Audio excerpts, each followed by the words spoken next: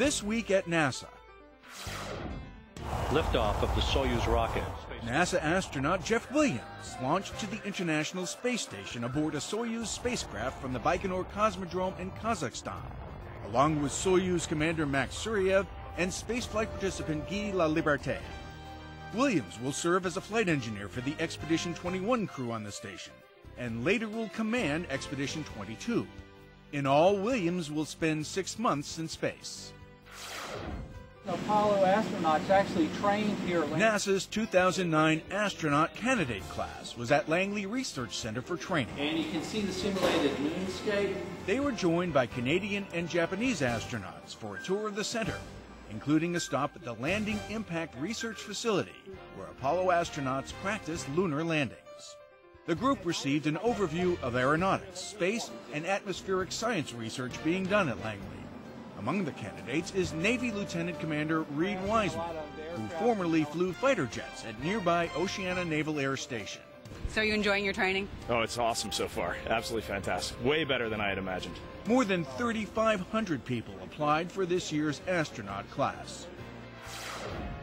The Planck spacecraft has returned its first, albeit rough, images to demonstrate it's in proper working order and has begun surveying the entire sky. The European Space Agency mission, with significant NASA participation, will help cosmologists and astrophysicists learn more about the history and evolution of our universe by measuring light from the dawn of time. We see things in the solar system, we see things in the Milky Way, we see things nearby galaxies, but we also see light that's coming to us since just 380,000 years after the Big Bang, and that glow has now been traveling to us for 13.7 billion years. Planck is in orbit around the second Lagrange point of our Earth-Sun system, a relatively stable spot 930,000 miles away.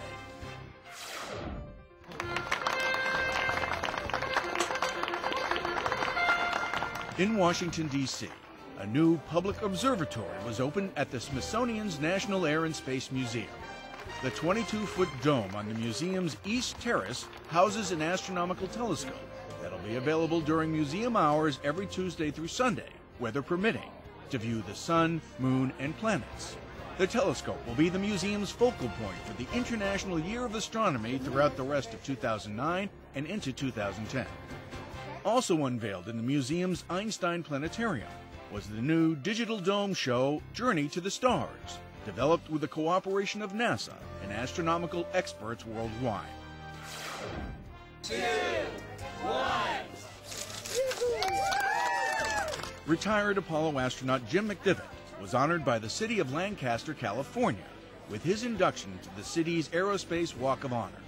McDivitt commanded the Gemini 4 mission in 1965 and the Apollo 9 mission in 1969. I flew a couple space flights there, a lot of fun. Real challenging. Later on, I managed the Apollo spacecraft program for Apollo 12 through 16. But at the end of that program, I thought that the American people could do anything, given enough time and money. 4 more former test pilots and astronauts were also honored at the 20th induction ceremonies. Apollo 17 Commander Gene Cernan, the last man to walk on the moon, delivered the keynote address. Let me tell you, if I could have every human being on this planet of ours and stand them right next to me for 5 minutes on a surface moon, looking back home, the world would be a different place today. I truly believe that. McDivitt and Cernan were joined by retired NASA astronaut Gordon Fullerton, Lancaster Vice Mayor Ron Smith, and NASA Dryden Flight Research Center Acting Deputy Director Gwen Young for the planting of a commemorative moon tree in front of the Lancaster Performing Arts Center, scene of the event. The sycamore sapling is a second-generation descendant of sycamore trees that were germinated from seeds that were flown on the Apollo 14 moon mission in 1971. The Langley Research Center held a NASA Exploration Day at Virginia's Busch Gardens. Big and small kids were encouraged to explore the Earth, Moon, Mars, and beyond with NASA researchers. The universe was revealed to them through the eyes of the Hubble Space Telescope. How is it like in space? It's a lot of fun. Former astronaut Susan Kilrain spoke about the marvels of spaceflight while showing footage from her flights. Kilrain was pilot for 2 space shuttle missions, STS-83 and STS-94, both in 1997. And that's This Week at NASA. For more on these and other stories, log on to www.nasa.gov.